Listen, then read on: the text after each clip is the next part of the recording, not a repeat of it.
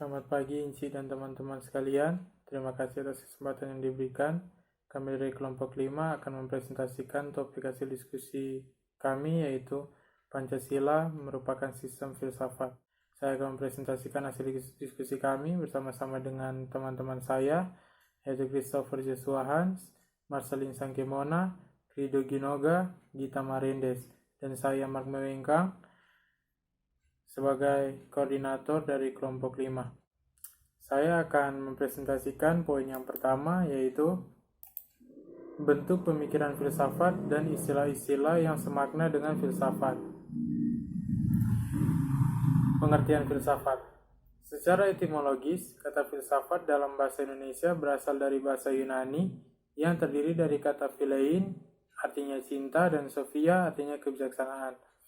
Filsafat berarti cinta kebijaksanaan. Cinta artinya hasrat yang besar, atau yang berkobar-kobar, atau yang sungguh-sungguh. Filsafat menurut beberapa ahli. Menurut beberapa ahli, seperti Aristoteles, filsafat adalah ilmu pengetahuan tentang kebenaran yang meliputi logika, fisika, metafisika, dan pengetahuan praktis. Menurut Karl Popper, kita semua mempunyai filsafat yang masih menjadi misteri, dan tugas pokok utama dari filsafat adalah untuk menyelidiki berbagai filsafat itu secara kritis, di mana filsafat yang telah dianut sebelumnya itu tidak diselidiki secara kritis. Filsafat menurut Berling, filsafat adalah pemikiran-pemikiran yang bebas, diilhami oleh rasio mengenai segala sesuatu yang timbul dari pengalaman. Filsafat menurut Noto Nagoro. Menurut Noto Nagoro, berpendapat bahwa filsafat itu adalah menelaah hal-hal yang menjadi objeknya dari sudut intinya yang mutlak dan yang terdalam, yang tetap dan yang tidak berubah, yaitu disebut hakikat. Bentuk-bentuk pemikiran filsafat. Pertama, bersifat koheren, artinya berhubungan satu sama lain secara runtut, tidak mengandung pernyataan yang saling bertentangan di dalamnya. Pancasila sebagai sistem filsafat, bagian-bagiannya tidak saling bertentangan, namun saling melengkapi, dan tiap bagian mempunyai fungsi dan kedudukan tersendiri. Yang kedua, bersifat menyeluruh, artinya mencakup segala hal dan gejala yang terdapat dalam kehidupan manusia.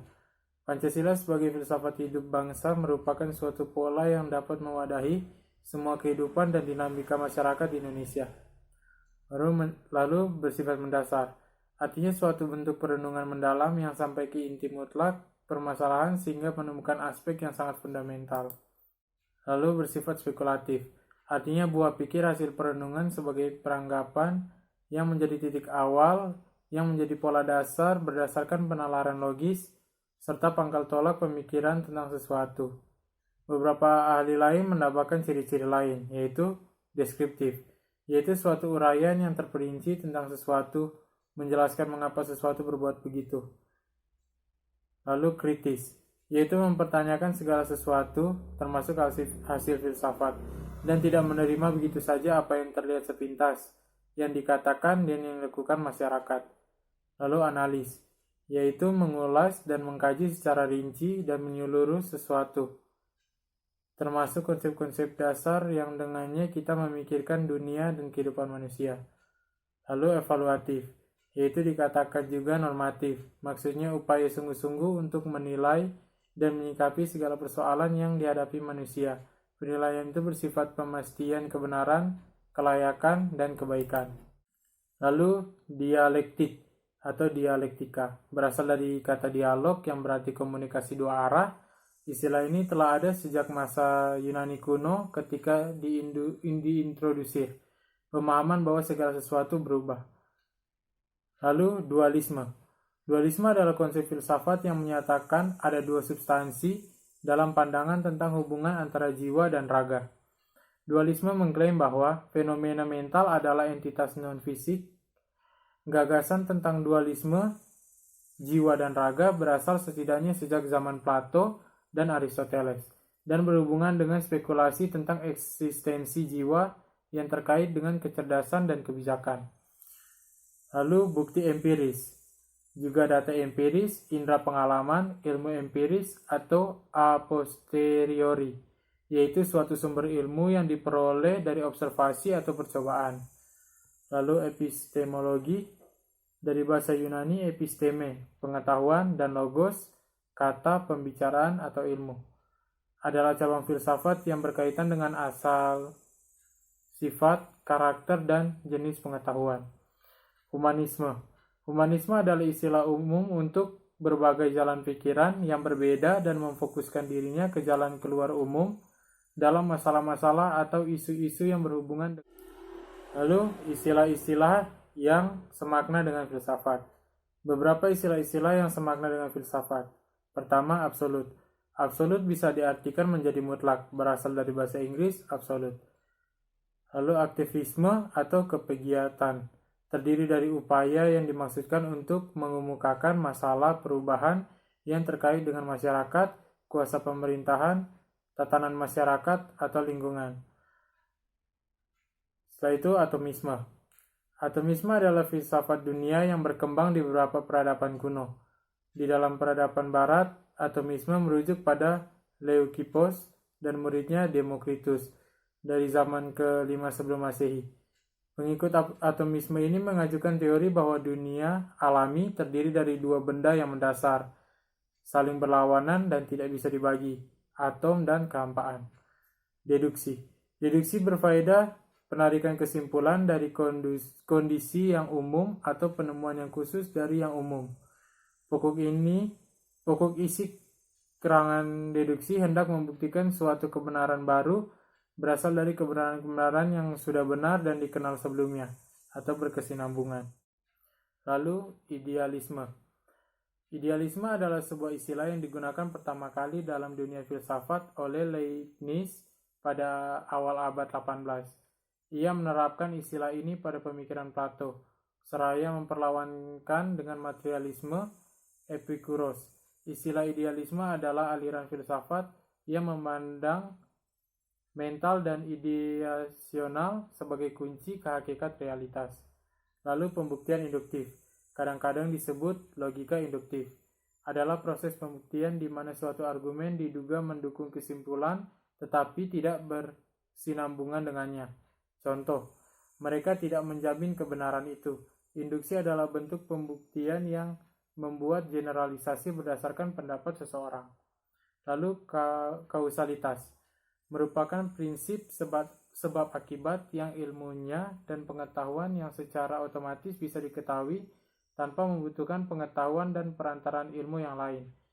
Bahwa setiap kejadian memperoleh kepastian dan keharusan serta kekhususan eksistensinya akibat sesuatu atau berbagai hal lain yang mendahuluinya.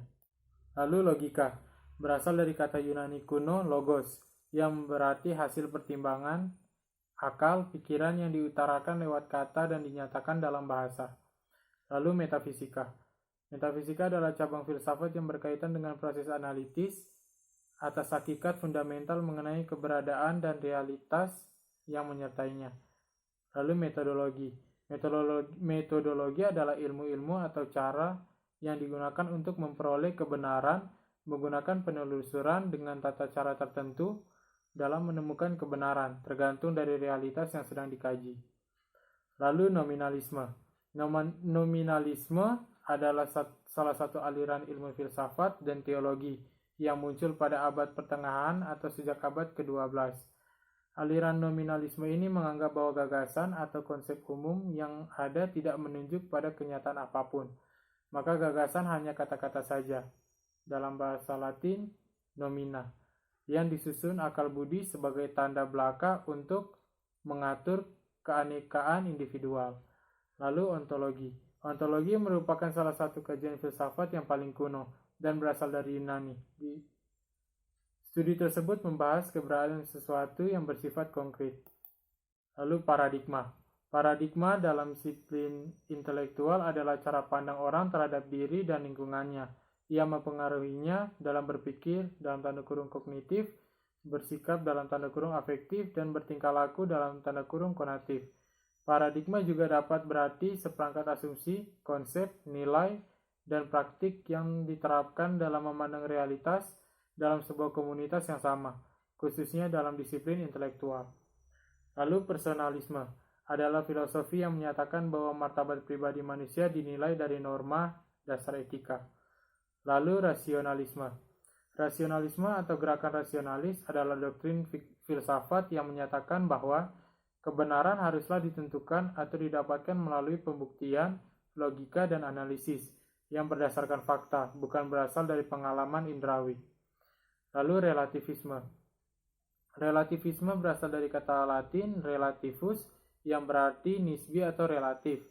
Sejalan dengan arti katanya, secara umum relativisme berpendapat bahwa perbedaan manusia, budaya, etika, moral, agama bukanlah perbedaan dalam hakikat, melainkan perbedaan karena faktor-faktor di luarnya.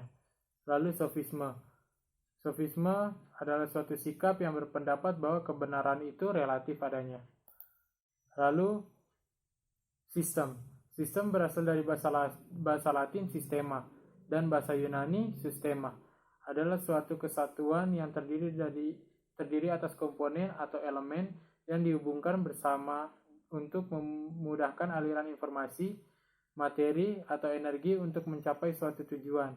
Istilah ini sering digunakan untuk menggambarkan suatu set entitas yang berinteraksi, di mana suatu model matematika seringkali bisa dibuat. Lalu Pancasila.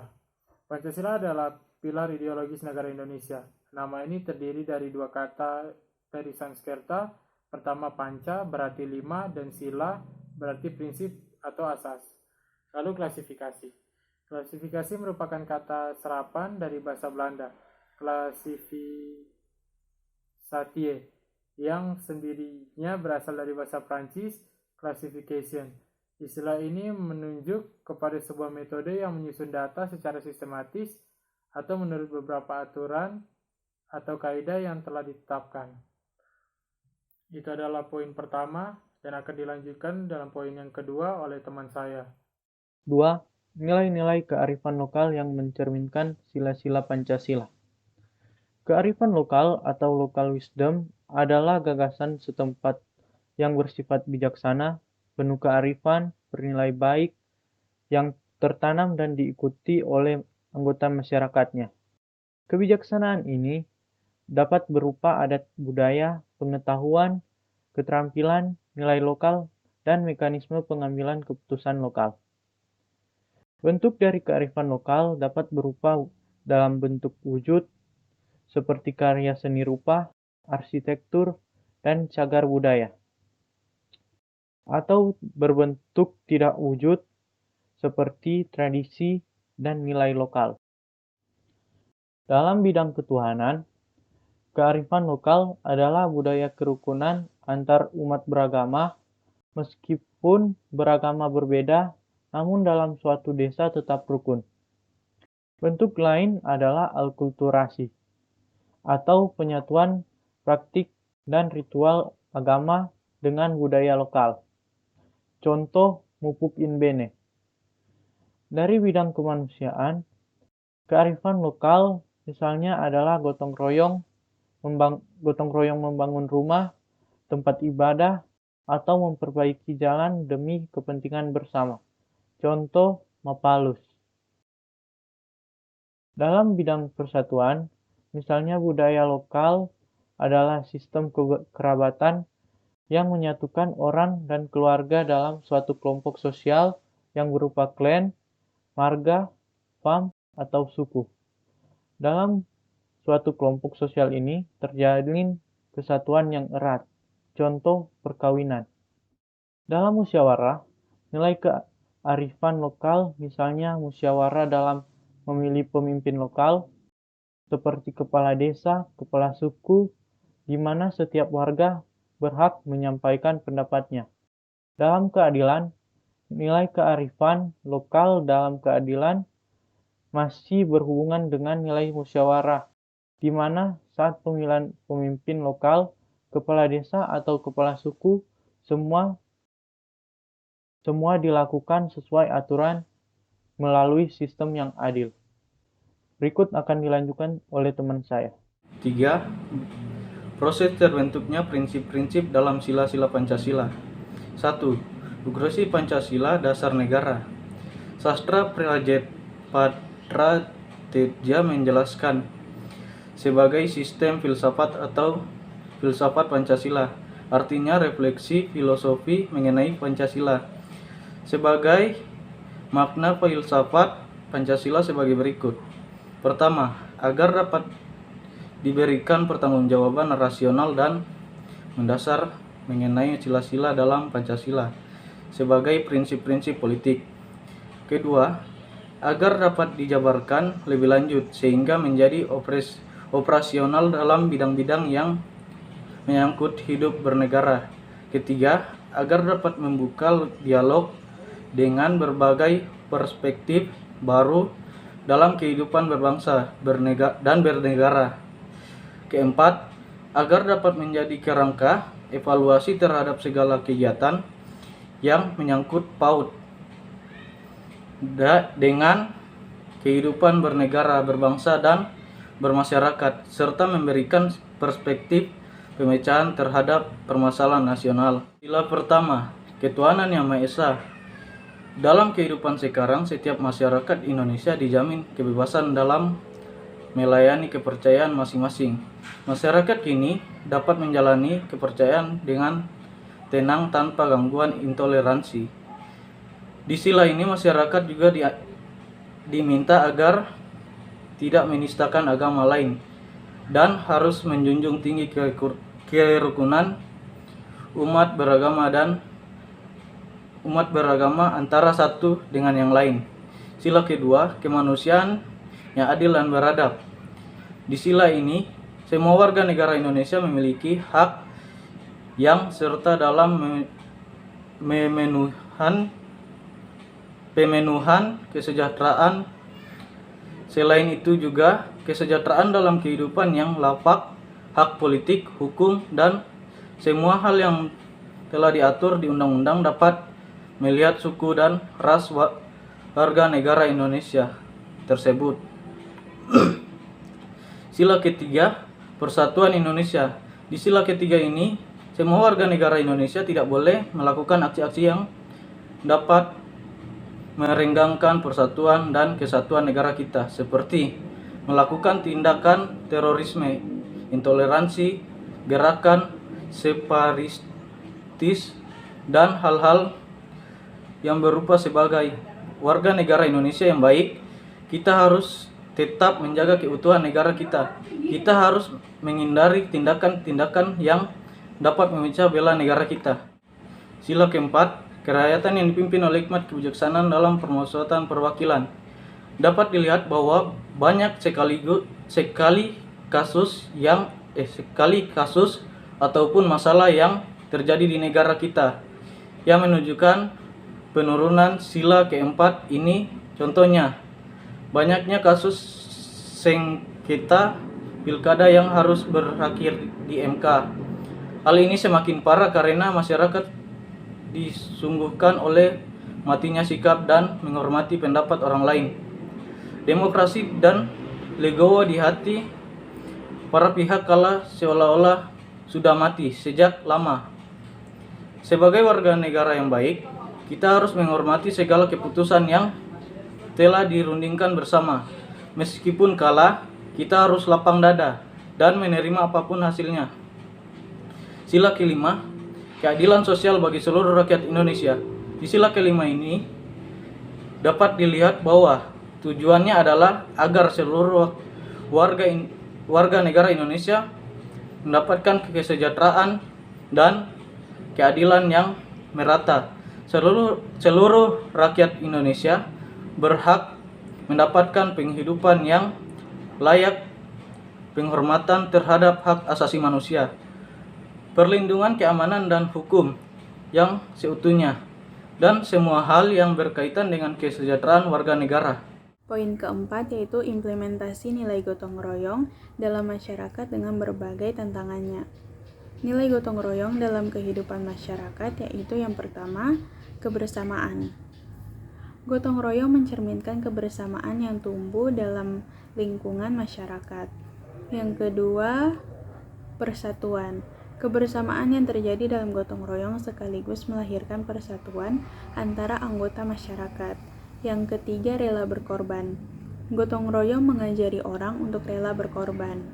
Pengorbanan tersebut dapat berupa apa saja, mulai dari berkorban waktu maupun tenaga. Yang keempat, tolong-menolong. Gotong royong membantu masyarakat saling bahu-membahu untuk menolong satu sama lain. Dan yang kelima yaitu sosialisasi. Gotong royong dapat membuat manusia kembali sadar jika dirinya adalah makhluk sosial. Berbagai tantangannya yaitu yang pertama, timbulnya sifat individualisme yang membuat mereka merasa lebih bisa melakukan semuanya sendiri dan tidak peduli dengan yang lain. Yang kedua, muncul rasa malas sehingga merasa enggan untuk berperan aktif dalam suatu kelompok atau kegiatan apapun. Dan yang ketiga yaitu sibuk dengan pekerjaan sehingga hampir tidak ada waktu untuk kegiatan-kegiatan yang bersifat kemasyarakatan dan kebersamaan. Pada rapat Panitia Perancangan Undang-Undang Dasar 1945 yang dilaksanakan sebelum kemerdekaan, pada 13 Juli 1945, seorang anggota panitia yang bernama Parada Harahap mengusulkan agar dibuat lambang negara. Kemudian, pada tahun 1947, pemerintah mengadakan sayembara rancangan lambang negara melalui organisasi seni lukis untuk mencari pelukis yang bisa memberikan desain lambang negara terbaik. Namun, dalam kurun waktu 3 tahun tidak ada satupun karya yang terpilih dikarenakan kebanyakan seniman kurang paham hukum-hukum kesejarahan dari lambang negara sehingga tidak bisa menjelaskan arti dari rancangan lambang karya-karya mereka. Sayembara kedua pun dilakukan setelah terbentuknya Panitia Lencana Negara tanggal 10 Januari 1950 yang dikoordinatori Menteri Negara Sonderportofolio Sultan Hamid II. Panitia ini bertugas menyeleksi usulan rancangan lambang negara untuk dipilih dan diajukan kepada pemerintah. Lalu terpilih 2 rancangan yang dipilih saat itu, yaitu lukisan dari Muhammad Yamin dan Sultan Hamid II. Tapi pada akhirnya lukisan Hamid II punyalah yang terpilih. Lambang negara mengalami perubahan desain sebanyak 6 kali sehingga menjadi versi yang sekarang. Ini adalah gambar desain 6 kali yang telah dirubah-rubah.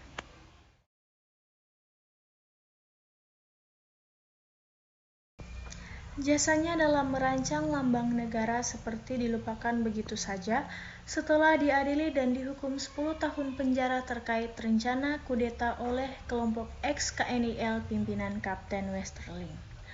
Temuan pemerintah Republik Indonesia Serikat setelah menggagalkan upaya kudeta yang ingin dilakukan di Jakarta menyimpulkan bahwa Sultan Hamid II terlibat dan mendalangi seluruh kejadian termasuk ingin membunuh Sultan Hamengkubuwono IX atau Menteri Pertahanan saat itu dengan Kapten Westerling sebagai senjata militernya.